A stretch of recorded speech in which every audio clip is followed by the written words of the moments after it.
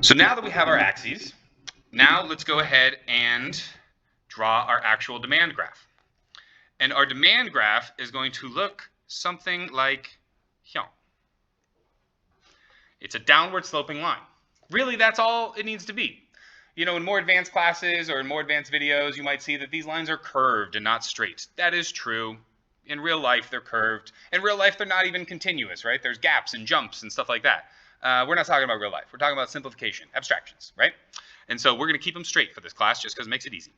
So a straight downward sloping line, how do we remember that demand is downward sloping? How do we remember how to draw demand? Well, demand and downward start with the same letter, right? So again, another nice mnemonic there for us to remember how to draw the demand curve. It is downward sloping. And when we talk about demand, inevitably we're going to be talking about something called the law of demand, right? The law of demand, which is pretty dang easy for us to understand because we've been shoppers our whole life, right? So if I asked you, you know, if the price of a slice of pizza went from $7.50 to $4, do you think that there's going to be more pizza purchased or less pizza purchased? More pizza purchased, exactly. So as the price goes down, when the price is $7.50 for a slice of pizza, you know, maybe they're able to sell, you know, 500 slices of pizza, but then when the price is $4, now they're able to sell 1,000. So as the price goes down, so the law of demand states that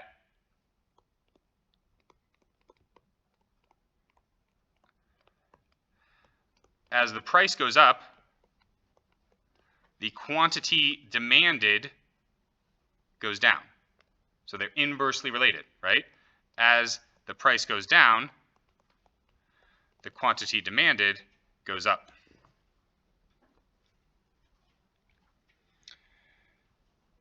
When we're talking about demand, an important distinction to make here, and again, not hella interesting, but it's going to save your butt later if you pay attention and internalize what I'm going to teach you just now. So we talk about shifts in demand. A shift in demand is an actual movement of this line. It's like a whole new line, right? There's a shift in demand, and then there's a change in the quantity demanded. And you're going to, like, inevitably students get these confused all the time. So when we go from this point to this point, right? When the price decreases, so what a lot of you are going to want to do is you're going to want to say, well, the price decreased, so demand increased. No, it's not true. That's built into the law of demand, right? That's what the law of demand says. So when you're talking about just price changes, what you want to say is that as the price decreased, the quantity demanded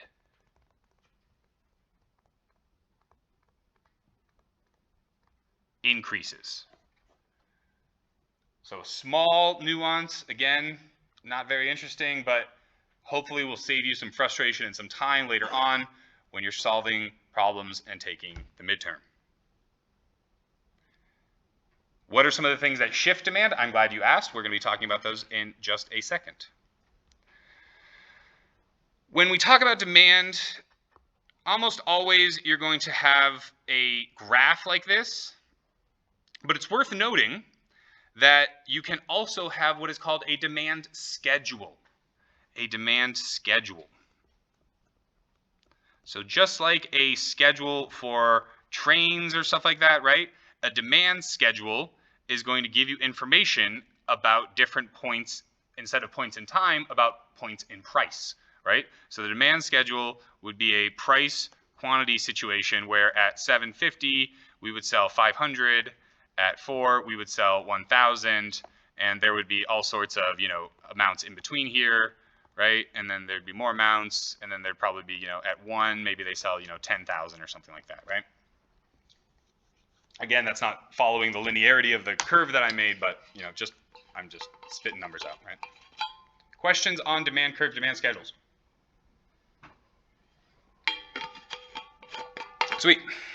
Pretty easy stuff until it isn't. So we will get there. We definitely will get there. Right. So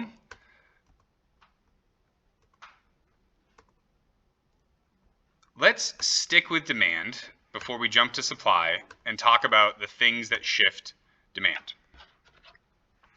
So we talked about how demand, there's changes in quantity demanded, right, that are always the result of price changes. So that's also like a little line you can internalize. A change in the quantity demanded is always the result of a price change. A price change always results in a change in quantity demanded. The way that I think about it is that this demand curve, it's fixed here. The only way that it can move is if something happens that are in my 5 buckets of demand shifters. All right, so let's talk about those demand shifters now. Let's go back to blue.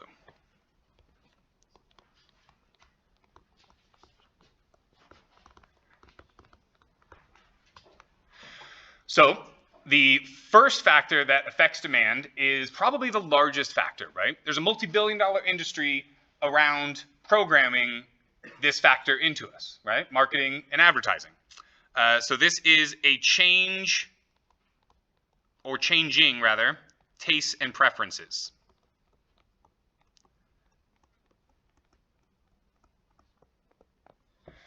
So, if we look at something like kale, right? The vegetable kale. The demand for kale was, pretty much nothing. All the way up until, I don't know, 10 years ago or something like that, right? And then all of a sudden, some celebrities started eating kale, and there started to be some studies about the health benefits of kale, right? And all of a sudden, the kale was in everything for a minute, right? And so because of, celebrity endorsements, because of, it doesn't even really matter what, right? Just like it'll be obvious in the question prompt. It'll be obvious in the news that you're trying to analyze, right? Whether or not people are going to be consuming more of it or less, right? This one's actually fairly straightforward, to be like, red meat gives you heart disease. Okay, that's going to be a shift the other way of demand, right? Milk, makes it so that you don't have strokes, right? And then the demand for milk increases. So, any kind of good news is going to have increase in demand. Any kind of good celebrity endorsement is going to have an increase in demand, right? A lot of times we'll see, influencers or other people wearing things or doing things, and that's how, our tastes and preferences are shaped, right? Nothing wrong with that. Questions on tastes and preferences. Again, probably the most straightforward of them all. Awesome. Okay, the next one has to do with income. Has to do with how much money the society is making in general, the consumers, right? The consumer part of the society. How much money are they making? Now, in order to talk about income, we have to talk about 2 types of goods. So there's a first good, which is a normal good. Literally, that's its name, a normal good. And a normal good is just that. It is normal, right? So as your income increases, the demand for that good is going to increase as well. Not the quantity demanded, right? Because remember, quantity demanded changes only happen from price changes, but the actual demand increases when the income increases if it's a normal good. You're all wondering, what's a normal good? Well, normal good, is going to be most food, definitely like dining out, vacations, video games, cars, electricity, internet, cell phones, right? All those things are normal goods. Contrast that to what we call an inferior good. An inferior good is not so named because it's like a crappy version of a normal good, right? It's not like, a normal good is a Honda and an inferior good is a Hyundai. It's not like that. An inferior good is a good that when your income increases, the demand for that good, for the inferior good, decreases. So why does this happen? Well, there's a certain section of goods that are kind of budget commodities, right? So a lot of you, might be living on your own for the first time. You used to have a household income with your family and your parents, and you shared a cupboard and a kitchen with them, right? Now you're having to make ends meet on your own and figure out how to feed yourself, right? A lot of you may be going for staples such as peanut butter and jelly, right?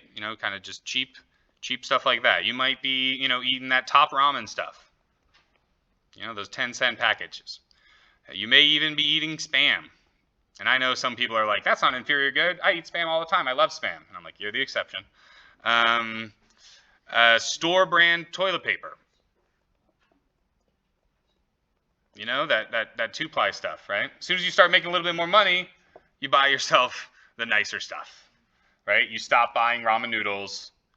The other one that I really like is bus passes, right? When you're in the lower income bracket, you end up buying a lot of bus passes. As you get higher, as your income increases, your demand is going to shift to cars and insurance and gasoline rather than more bus passes. So these are inferior goods. So let's do an example. So with an inferior good, again, let's say ramen, and again, I'm talking not like the fancy ramen that you get from a place downtown or whatever, right? I'm talking about like top ramen stuff that's at Safeway in the bottom of the shelf, just the 10-cent packages, right? So the prompt is going to be if incomes increase.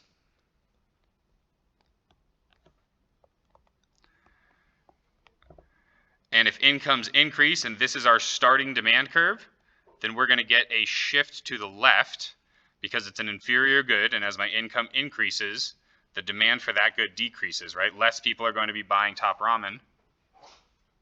And so then we would label this D1, label this guy D0, D0.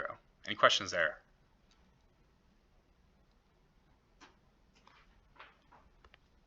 Let's do a normal good. So if our incomes increase, and we've got a normal good, let's say it's video games.